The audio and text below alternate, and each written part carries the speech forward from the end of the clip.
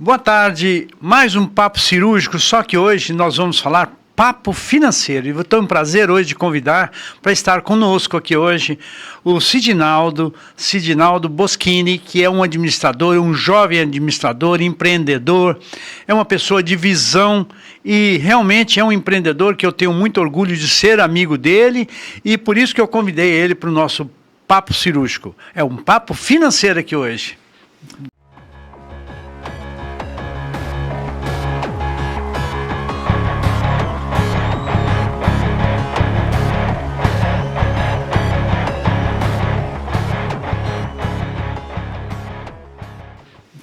Bom, obrigado pelo convite, Jorge.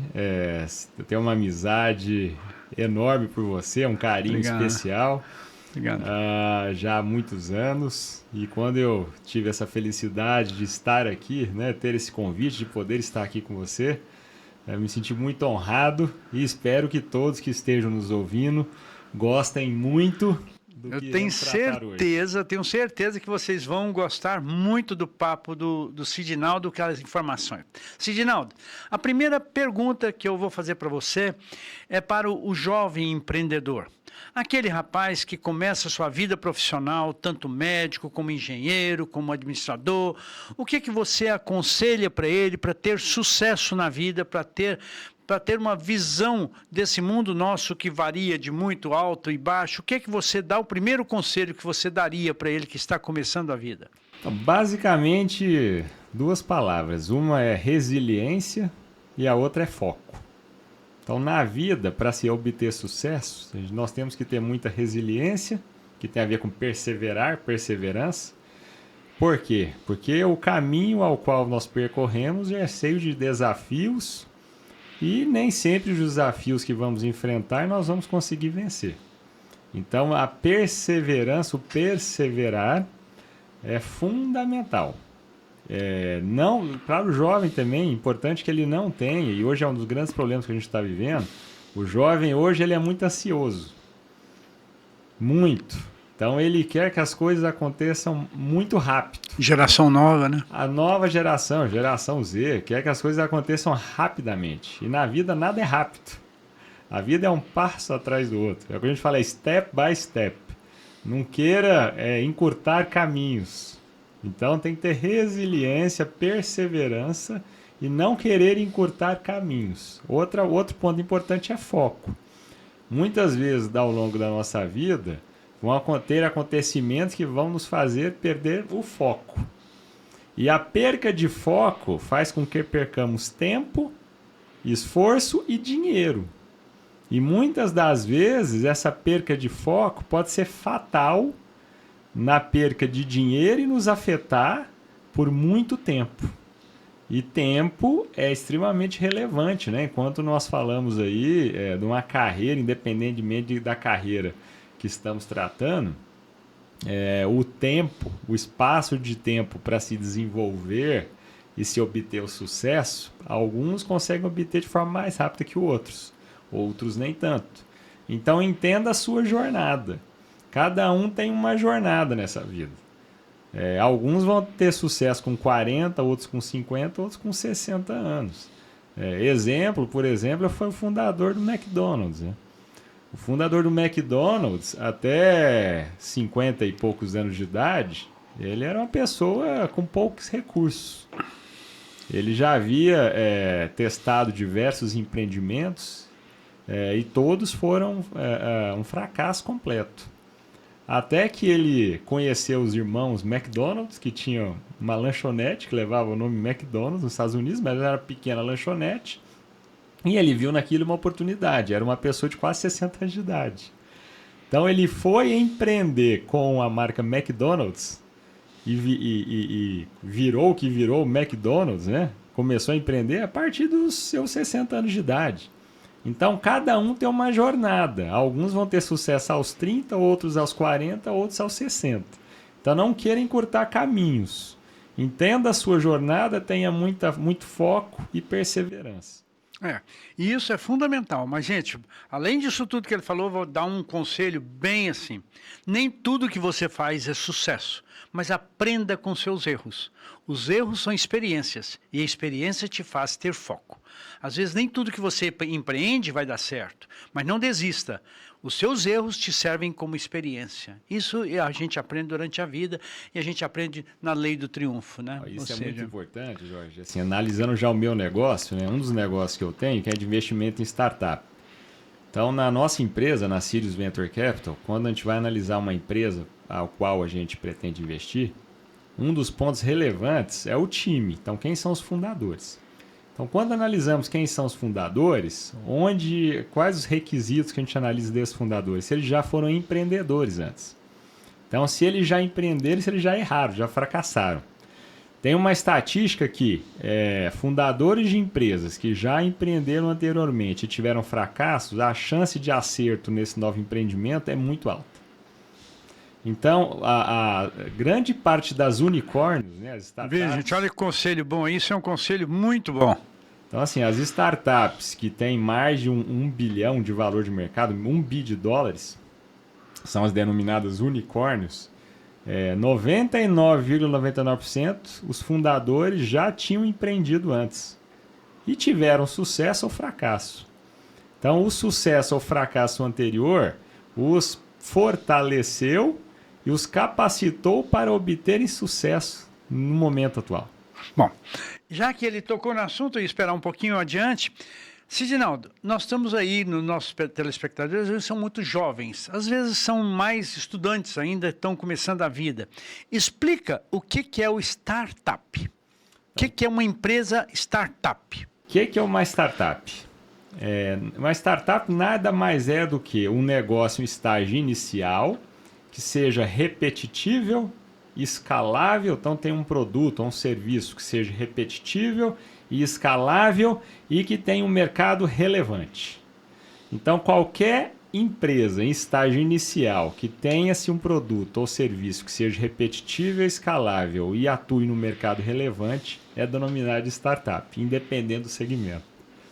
O Sidinaldo, eu sei que ele aplica fora do Brasil, ele aplica muito na área de saúde, nas empresas de startup fora do Brasil, principalmente em Israel, né, Sidinaldo? E, assim, muito ligado a inovações dentro da saúde, ou seja, ele acredita que aquela empresa vai vencer dentro de uma coisa nova, inovada, dentro de uma coisa que vai trazer o benefício para a população, para a saúde, e é ali onde está o foco do Sidinaldo. Estou errado ou estou certo? É exatamente isso. Isso então, quando a gente vai investir numa startup, nós observamos o quê? Além de, claro, quem são os fundadores, quem está por trás do negócio, que esse é o ponto fundamental, porque todo negócio é formado por pessoas. Então, formado por pessoas e depende de pessoas para o seu desenvolvimento. Então, um ponto fundamental é quem é o time por trás do negócio. Então, quais são os skills, né, as competências dessa equipe. Outro ponto relevante, qual que é o produto? Esse produto que está sendo desenvolvido ali resolve alguma dor do mercado? A gente tem que avaliar, porque muitas das vezes o empreendedor cria um produto ou desenvolve um produto que o mercado não demanda. Então, para o mercado demandar, tem que resolver algum problema, alguma dor. O terceiro ponto, esse mercado é relevante? A gente não investe em empresa, por exemplo, que atua só regionalmente. Então tem que ser uma empresa que busca atuar, por exemplo, empresa brasileira, busca atuar pelo menos em todo o Brasil. E que o mercado seja um mercado relevante. Então o empreendedor pode dizer, não, eu vou atuar em todo o Brasil, mas o tamanho do meu mercado como um todo é de R$1 milhão de faturamento, a gente não investe. R$1 milhão de faturamento no mercado nacional não é nada. Então tem que ser um valor relevante. R$100 milhões, tamanho do mercado atual e mercado crescente. Esse é outro ponto importante. O mercado tem expectativa de crescimento? Ou esse mercado ao qual o empreendedor atua está estagnado? A gente não vai investir no empreendedor que atua no mercado estagnado. Tem que ser um mercado relevante e crescente. E o nosso foco é investir em estágios iniciais. Então o empreendedor... Quando a gente fala de investimento aí pré-seed, nosso cheque, a gente investe em rodada pré-seed e seed. Só para vocês entenderem um pouquinho o que significa isso, o empreendedor, quando ele cria um negócio, ele tem que primeiro fazer ali a validação do mínimo produto viável, que a gente chama de MVP. Então, para ele validar esse MVP, simplesmente não precisa ter o produto 100% pronto e acabado para ir ao mercado, mas ele tem que ter o mínimo produto viável e ir ao mercado testar para ver se o mercado é comprador daquele produto. Fazer uma amostragem, tem que ter uma amostragem mínima. Não adianta também vender para mãe, tio, para parente ou para amigo. Parente, amigo, compra qualquer coisa. Tem que colocar no mercado. Tem que pôr no mercado e dar cara a tapa para ver se o mercado está disposto a comprar o que ele está vendendo e está disposto a pagar. Então não existe também teste freemium, teste gratuito. Gratuito qualquer um testa. Tem que saber se as pessoas são dispostas a pagar por aquilo. Então nós investimos em Israel, por exemplo, na validação do MVP. Então as startups, as health techs de Israel, como são soluções disruptivas, envolvem muitos testes em laboratório, testes em seres humanos. E isso demanda muito capital e muito tempo. Principalmente tempo. Então, assim, é extremamente arriscado o nosso investimento, por isso chama Venture Capital. Então, Venture Capital é capital de risco. Então, no nosso negócio, algumas das empresas investidas, a gente vai perder 100% do capital que foi aportado. Outras a gente vai estourar a boca do balão e vai ter retorno de várias vezes o valor investido. Quando você vai investir nesse mercado, você tem que saber do que você pode ganhar ou perder. Ou seja, a sua empresa tem que estar preparada para perca também, senão a sua empresa vai embora. Ou seja, o seu investimento tem que ser dentro dos seus limites financeiros. É isso aí. Eu vou investir esse tanto, se der certo, ótimo, se não der, pelo menos validou. Você não pensa que você vai investir tudo ali, você vai virar a boca do balão, que você pode perder tudo ali. É isso. Então, por isso você tem que diversificar, não é isso? Isso. É a teoria do portfólio. Então, isso assim, um portfólio ele tem que ter múltiplos de 10 empresas investidas. Então, no mínimo 10. Nós já temos hoje no portfólio mais de 60 startups investidas.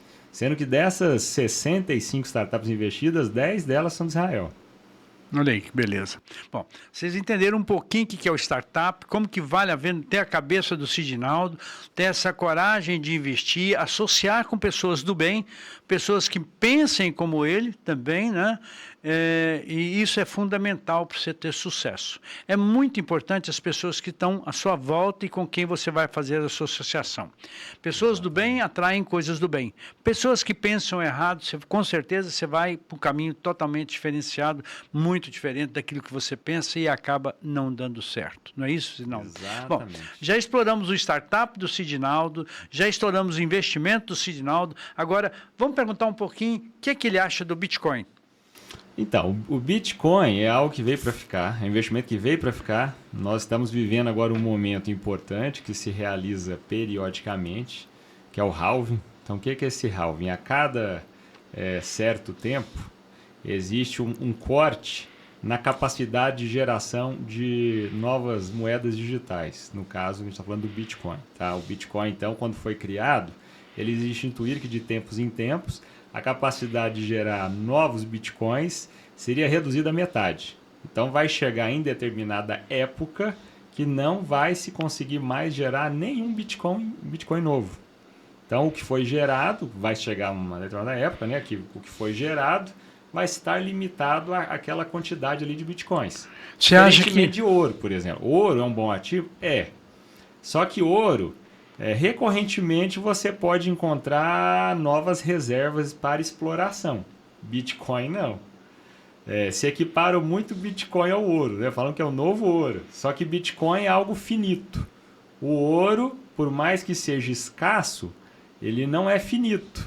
Porque invariavelmente pode-se encontrar uma reserva mineral em qualquer local do planeta Terra ou fora do planeta Terra que tem uma nova reserva de ouro a ser explorada. Então, como o Bitcoin é algo finito, essa finitude faz com que exista uma valorização recorrente nele. Muitos falam que o Bitcoin pode vir a chegar aí, cada Bitcoin a $1 milhão, né? Vai chegar? Não sei, ninguém sabe. Você acha que quando chegar ao ponto desse finito realmente, você acha que vai ser criado outra moeda? Então, nós temos diversas outras moedas, mas a única moeda que tem essa capacidade... Porque você não tem um ponto de referência ao Bitcoin. O Bitcoin, o ponto central, por exemplo, é a Europa. Não, Estados Unidos. Não tem. Não, o Bitcoin não. Ele é diversificado. O que vai acabar acontecendo assim, é que os bancos centrais no mundo inteiro vão criar suas moedas digitais. Então, assim, qual que é a principal moeda global? O dólar. Por que o dólar é a principal moeda? Porque por trás dele existe os Estados Unidos, que é a maior economia do mundo. Então, o risco dos Estados Unidos não pagar a dívida deles é zero. Eles são o emissor da moeda deles. Então, quem manda no mundo é quem emite a moeda que o mundo circula. Qualquer transação que você faça hoje no mundo, você faz em dólar, né? Só que é regulamentado. A diferença para a criptomoeda, no caso o Bitcoin, é que ela não é regulamentada. Então você tem facilidade de transacionar sem ter regulamentação e fiscalização. E ao mesmo tempo você tem segurança na transação. A não ser que você perca o hash lá, o código, né? Porque é um código grande que você tem que guardar esse código. Você pode guardar esse código num pendrive, num papel, tem diversas formas de se guardar, carteira digital. Só que uma vez que você perca esse código, você não tem mais acesso à tua criptomoeda. Então esse é o risco que existe. Surgiu nos últimos anos também o investimento em criptomoeda via ETF.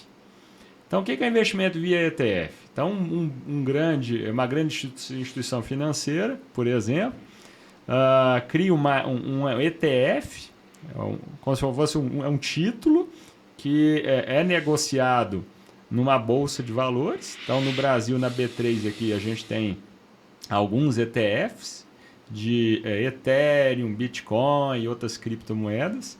E recentemente foi aprovado também a possibilidade de se ter ETF nos Estados Unidos. Então, alguns fundos grandes americanos, como a BlackRock, que é um dos maiores fundos do mundo, criaram alguns ETFs. Então, você tem segurança porque você investe via bolsa.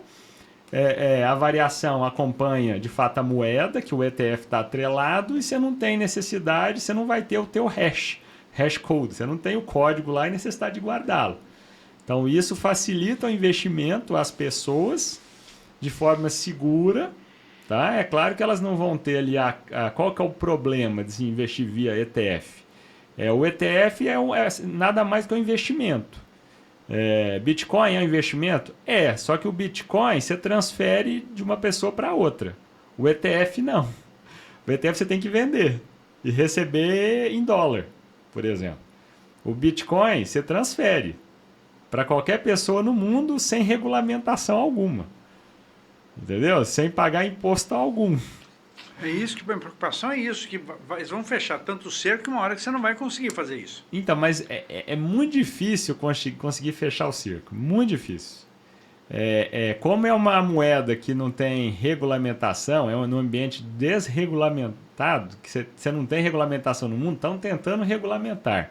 Só que você não consegue controlar, porque você não tem um guardião, um banco que vai guardar o código, por exemplo. Não existe isso. Você não tem igual assim, um banco aqui, nacional aqui, que eu estou no Brasil, vai guardar o teu código. Mas Cid, qual que era a grande dúvida quando no início do Bitcoin, que muita gente não investiu, né? Eu, por exemplo, não investi em Bitcoin, eu me arrependo muito, porque eu já tinha... não, me arrependi de ter entrado também. Mas assim, quem garante que você vai ganhar isso e não vai perder essa moeda? Não tem essa garantia. Não Por tem. isso que existe a volatilidade.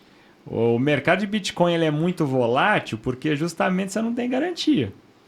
Você não tem, diferentemente quando você investe em ouro, você sabe que por trás lá tem o ouro, né? Tem o ouro, você vê a espécie, né? Tem lá o ouro espécie. Quando você investe em dólar, você pode sacar o dólar, você tem a moeda.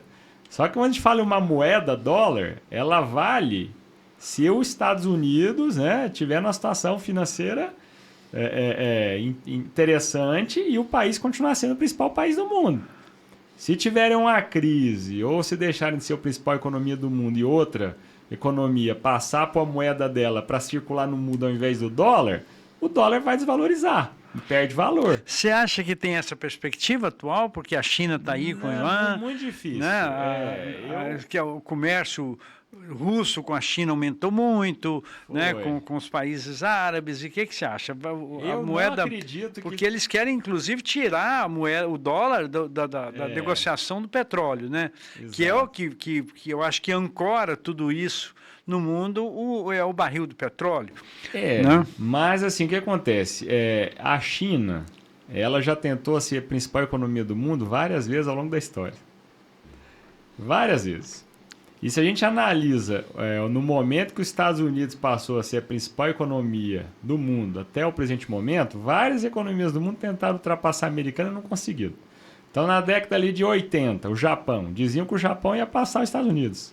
Nunca passou e nunca vai passar. O Japão depois ficou estagnado durante 30 anos. A economia japonesa chegou a ser a segunda maior do mundo, estagnou durante 30 anos e agora que voltou a ter um pequeno crescimento. Hoje já não é a segunda mais. Foi ultrapassada pela China e pela Alemanha. Hoje é a quarta. E correndo o risco da Índia ultrapassá-la também. Ainda deve ultrapassar. Então hoje, sim, o país que mais está crescendo no mundo hoje é a Índia, não é nem China. Percentualmente é a Índia. Mas a Índia é a quarta economia e a China é a segunda. Mas a China está vivendo um problema que assim, ela é uma economia hoje de classe média. Tem pobre na China? Tem. Só que o chinês hoje, de classe média, é 2 a 3 vezes mais rico do que o brasileiro de classe média. Então a economia chinesa, diferentemente da brasileira, ela se tornou uma economia de classe média, de média renda. O Brasil não é uma economia de média renda ainda. A gente tem muito mais pobre do que a classe média.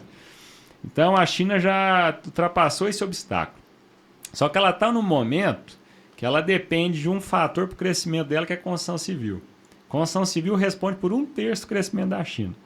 E a construção civil na China, ela foi utilizar o anabolizante, vamos usar o anabolizante, para fazer a construção civil crescer ano após ano. Então lá na China, hoje, você tem prédios abandonados sem ninguém morando naqueles prédios. Cidades com prédios sem ninguém. Só que eles diversificaram um pouco agora, né? Em vez de fazer os prédios, o que eles estão fazendo?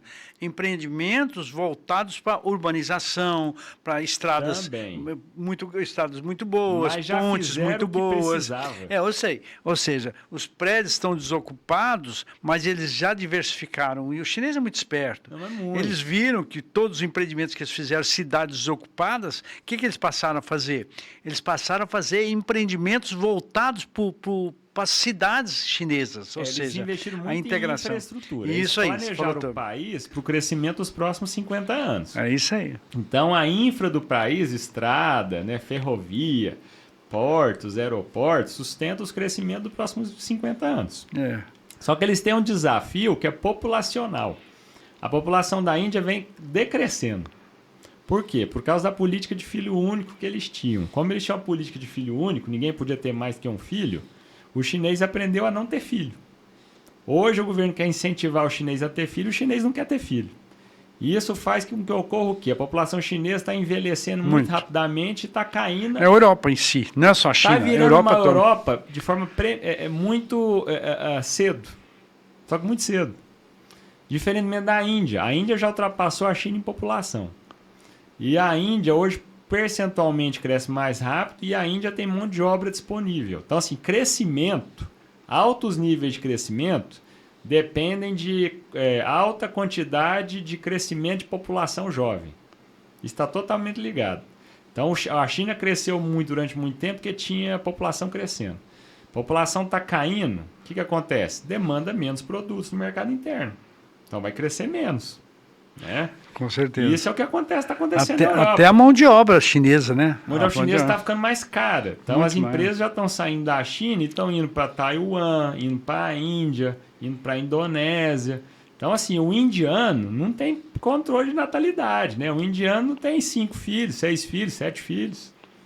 O chinês tem 1 e morre. Então, quando você vê a taxa ali de mortalidade e natalidade, no final, você tem mais morre pessoas do que nascem. Só que esse crescimento da Índia, ele é de uma maneira meio desordenada, porque você vê diferente, nítida a casta indiana, a maneira de viver de uma casta, de outra casta, ou seja, é subhumano.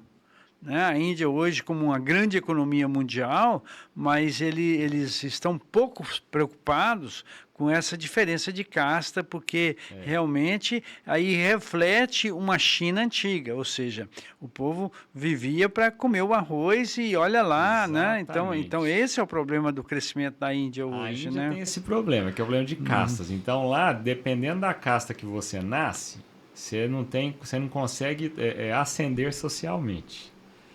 Isso ocorre na Índia. E na Índia você tem um problema, uma carência muito grande de infraestrutura. A China já supriu a infraestrutura. Na China hoje é tudo moderno. Muito Mas moderno. muito. É um dos países mais modernos do mundo. Eu visitei a China, eu fiquei É assim, impressionante. fiquei encantado assim com os empreendimentos deles. É impressionante. Assim, você não acredita que você está na China. A China hoje ela Primeiro lugar, assim, tecnologia mais desenvolvida no mundo em ferrovia, China passou o Japão, em termos de tecnologia. Então, assim, é absurdo. A China está muito na frente. Então, a Índia ela vai continuar crescendo mais que a China. Por quê? Porque a China já cresceu muito durante muito tempo, a população hoje é uma população rica, existe uma classe média grande. A China hoje tem mais de 400 milhões de pessoas, que é classe média. É o dobro da população brasileira só de classe média, ganhando 2 vezes a renda per capita brasileira. Olha aí. Em dólar. Então, assim, chinês hoje é rico. Aquele tempo não, e o produto pobre, chinês hoje mudou o conceito. Mudou o conceito. Hoje você pega um carro chinês, ele tem toda a tecnologia de um carro alemão e muito mais. É isso aí. Né? E por um preço pela metade do valor. É isso aí. Então foi-se o tempo que o chinês fabricava produtos ruins. Isso também já aconteceu no Japão. O Japão, na década de 80, inundou o mundo de produto. Quando eles começaram a vender produto no mundo, ninguém queria comprar produto japonês, porque era produto de péssima qualidade. O chinês era a mesma coisa, só que eles foram evoluindo. Hoje o produto chinês é de excelente qualidade. Tem durabilidade em todos os segmentos dos mais variados possíveis. Com certeza. Então, assim, onde eu apostaria hoje as minhas fichas? Nos Estados Unidos, porque os Estados Unidos tem um poder tão grande... De recuperação, né? De recuperação e de atração das pessoas. Todo mundo quer morar nos Estados Unidos. O brasileiro quer morar, o mexicano quer morar, o argentino. O mundo todo. O chinês. O mundo todo. Então a população americana continua crescendo. Então eles sempre têm oferta de mão de obra. Os Estados Unidos, para crescerem, dependem da imigração. Por isso que não podem cortar a imigração para o mercado americano. Porque a mão de obra... menos diferenciada é o imigrante que faz. Né? É o imigrante que faz. Só que a economia cresce e demanda mais essa mão de obra. Justamente. A construção civil, justamente. Os serviços domésticos. Com certeza. Com certeza. Os serviços braçais, na realidade, são todos do imigrante. Exatamente. Do imigrante, né? Exatamente. E a economia americana é igual o Buffett fala, né? Nunca aposte contra a América. E você vê que o Canadá enxergou isso hoje. Porque o Canadá, você vê que é um país feito de imigrantes. Total. Só que ele abriu as portas hoje para o profissional formado. Exatamente. O profissional que tem uma profissão hoje, o Canadá está recebendo ele muito bem, ou seja, e encaixando esse profissional no Canadá de uma maneira que ele entra já faturando bem, já tendo suporte, tem que aguentar o país, que realmente é 6 meses de gelo e 6 meses de muita coisa boa. Exatamente. Então, o canadense hoje, ele enxerga isso aí nos Estados Unidos, e tanto é que ele abriu. Rico. É extremamente pouco populoso, a população é pequena. 30 milhões de habitantes, 30 milhões de habitantes e um país enorme, gigante territorialmente, vive no inverno, metade do ano, inverno rigoroso. Com certeza. E um povo muito agradável, né? Um povo muito educado. Tive, às vezes, no Canadá, umas 2 ou 3 vezes no Canadá, e fui muito bem recebido. Né? Então, a gente fala do Canadá com as leis canadenses, são muito parecidas com as leis americanas, sim, né? Sim. Eles seguem mais ou menos aquela norma ali, e é um país muito receptivo. Demais, né? demais. E vamos falar mais um pouquinho agora do Sidinaldo. Sidinaldo, eu sei que seu hobby também é golfe, né? E você joga muito bem, eu sei disso. Qual a sua perspectiva do Brasil? Então, o mercado de golfe hoje é um dos mercados que mais crescem quando a gente fala em esporte no mundo, tá? Cresce 2 dígitos aí, mais de 10% todos os anos. Foi recentemente criada uma liga profissional na Arábia Saudita que chama LIV. Então você tem o PGA, que é nos Estados Unidos, que é a principal liga do mundo até então, que os principais jogadores do mundo jogam lá. E a Arábia Saudita, até para divulgar o país, criou uma liga para competir com o PGA, que chama LIV. Então ela está pagando cifras astronômicas para esses profissionais que jogam no PGA e passarem a jogar na LIV. E tá também investindo para que outros profissionais, por exemplo, o Neymar esses dias eu vi no Instagram dele jogando golfe. Por quê? Poxa, o Neymar jogando golfe, todo mundo vai querer jogar golfe. Na época o Ronaldinho fez isso também. O Ronaldinho Fenômeno fez isso. Porque assim, futebol é um esporte popular, golfe não é popular. Ainda mais no Brasil, que você tem poucos campos, é diferente nos Estados Unidos. Nos Estados Unidos, a classe média renda, ali, média baixa, joga golfe, porque tem muitos campos, tem acesso e é barato. O Brasil já não. Então, o Brasil a gente tem uma dificuldade na popularização, porque tem poucos campos, é um esporte caro para se praticar aqui no Brasil, mas a gente tem um potencial de crescimento enorme. Falta, é claro, um pouco de incentivo, né? Governamental, mas falta também as pessoas quererem conhecer mais. Igual o beach tênis. É um tênis. esporte maravilhoso. Né? O beach tênis hoje virou moda, todo lugar, todo bairro tem uma quadra de beach tênis. O golfe pode vir a ser a mesma coisa. Tem vários campos, né? Eu tive já jogando na África do Sul, lá em Joanesburgo. Que é uma das cidades da África do Sul, tem mais campos de golfe do que o Brasil inteiro. Olha aí. Então, assim, a África do Sul, gente, olha aí. África do Sul, que é um país de renda similar ao do Brasil. Por que eles têm, numa única cidade, mais campos de golfe do que o Brasil como um todo? Por causa da colonização. Então tem a ver também com o cultural. Inglesa, cultural, né? Foi cultural. Né? Bom, fazer mais uma perguntinha para o Sidinaldo. Sidinaldo, sua história de vida. Ixi, minha história de vida é um pouquinho longa, mas eu vou encurtar. Dá uma resumida aí. Deixa o pessoal te conhecer. Quem que é Sidinaldo? Por que Sidinaldo veio parar em Goiânia? Por que Sidinaldo está aqui? Eu fiz administração de empresas em São Paulo, eu não sou de Goiânia.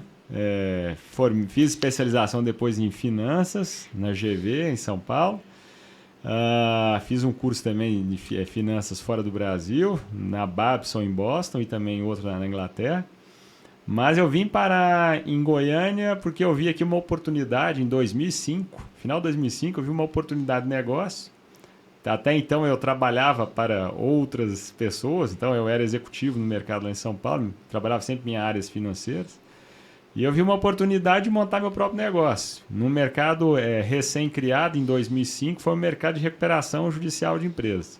Então a Lei 11.101 ela foi criada em 2005, começou a vigorar em julho, foi instituída em fevereiro, começou a vigorar em julho e eu comecei a trabalhar com recuperação de empresas em dezembro. Fui um dos primeiros a começar a trabalhar com recuperação de empresas no Brasil. Dezembro de 2005, do ano que foi criada a lei. Então, o meu foco, eu faço a recuperação das empresas, eu trabalho para iniciativa privada, esse é o meu principal negócio.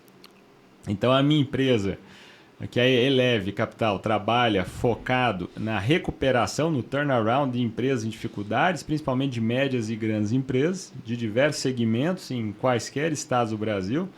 Nós temos clientes, obviamente, desde Goiás até em Manaus, hoje, Nordeste também, Sergipe, temos clientes em São Paulo, Sudeste. Fizemos aí ao longo desse período todo de atuação, então nós já vamos completar aí 19 anos já de atuação no nosso escritório. Fizemos aí quase 150 processos de RJ no Brasil, ao longo desse período, quase 150. Que bom, olha, escuta aí, já que nós estamos falando do Sidinaldo, e ele está falando um pouco da perspectiva e como veio aqui, Sidinaldo, não esquece de deixar seu telefone, por favor. Sim, quem está te ouvindo. Eu vou passar meu site também, o site da Eleve, é elevecap.com.br, depois eu vou disponibilizar aqui para todos acessarem. O telefone, para quem quiser entrar em contato lá com o escritório, é 3636-2110. Estamos à disposição aí de todos os empresários, empreendedores que estejam vivendo um momento de dificuldade e queiram superar os desafios, né, que todos nós passamos. Atualmente, aí, grandes empreendedores, principalmente do agro, estão vivendo desafios enormes. Então, a gente vem auxiliando muitos empreendedores do agronegócio, desde agricultores, dos mais variados segmentos. Então, nós tivemos aí uma seca grande. vende. Olha aí, gente, isso é importante, hein? Para você, agropecuarista, não esquece da empresa do Sidinaldo, e ele realmente tem ajudado alguns colegas e estão muito felizes com o trabalho dele. Eu acho que vocês podem procurá-lo, ele vai dar uma mão muito grande. E é essa simplicidade aí, o que ele puder ajudar, gente, vocês podem ter certeza disso, tá? É sempre à disposição de todos. Então, assim, a minha vida, eu comecei no mercado, empreendendo no mercado de recuperação judicial, que eu tenho até hoje, escritório. Há 10 anos eu criei um negócio também de startup, de investimento em startup. Já completou agora 10 anos que eu comecei a investir em startup. Então, um negócio já tem quase 20, né? O outro 10 anos já. E recentemente eu montei uma empresa também de investimento em ativo estressado, que é a Cronos Capital. A Cronos compra bens imóveis, focado em imóvel, e a gente compra bens imóveis estressados, principalmente em leilão, e de pessoas que estão precisando fazer liquidez. Então a gente compra bens imóveis, principalmente imóveis urbanos. Então é um negócio oportunístico, que a gente chama. Então é um negócio de oportunidade. A gente só entra em oportunidades. Claro que tem riscos, são negócios complexos que a gente tem a capacidade de avaliar e entrar. E sempre visualizando ali o que pode ser empreendido naquela área que a gente entra comprando via o momento de dificuldade, de estresse ali de quem está vendendo, ou da forma que está sendo vendido. Então esse negócio nós formatamos aí tem quase 3 anos, juntamente com o Felipe Pinho, né, que é um dos sócios lá da Tropical Urbanismo, que é uma das grandes empresas aí de incorporação no Centro-Oeste. E também os nossos outros 2 sócios são já a segunda geração da Jaula Engenharia, que é outra grande empresa de engenharia tradicional, focada em ar-condicionado. Hoje tem grande atuação também em incorporação, né? Então nós unimos aí esforços, cada um com a sua expertise, para desenvolver a Cronos, focando em aquisição de ativo estressado, imobiliário estressado. Que bom, olha aí, e vai crescer muito. Amém. E vai crescer muito porque são realmente todos empresários, a gente conhece praticamente todos, nós sabemos da capacidade de cada um, individual de cada um. Nós temos certeza que sua empresa vai ser sucesso e vai ajudar muita gente, Sidinaldo. Amém. Bom, nós vamos chegando ao bate-papo, ao final do nosso bate-papo. Eu gostaria que você despedisse aí dos nossos ouvintes e nossos telespectadores e deixando um recado para vocês, ele vai voltar novamente com mais novidade para vocês, tá, Sidinaldo? Então eu gostaria que você despedisse aí do nosso público e avisando que você vai voltar e não esquece, podia repetir mais uma vez o seu telefone, por favor? Maravilha. Então, assim, primeiro agradecer ao Jorge pelo convite, sempre à disposição de vocês aqui para passar um pouquinho aí do nosso conhecimento, né, que a gente vem adquirindo ao longo da vida. Desejar uma mensagem aí também de uma perspectiva aí positiva nesse momento de instabilidade, dificuldade. Então, assim, o Brasil é um país que sempre teve instabilidade e dificuldade. Então, não vai ser diferente esse ano, nem daqui 10, nem daqui 30 anos. Tá? O Brasil é isso, a gente tem que saber lidar com esse ambiente difícil, incerto e superar. Então, isso é o Brasil. Se você não quiser um ambiente difícil e incerto, muda para os Estados Unidos. Lá você vai ter previsibilidade. O Brasil você não tem previsibilidade. Mas sei lá, mas o investimento lá é limitado. Exato. Só que ao mesmo tempo, onde que tem mais oportunidades? No Brasil. Brasil. Então o Brasil é o país das oportunidades. Então aí vou pegar um mandamento chinês, né? O chinês fala que risco e oportunidade andam juntos.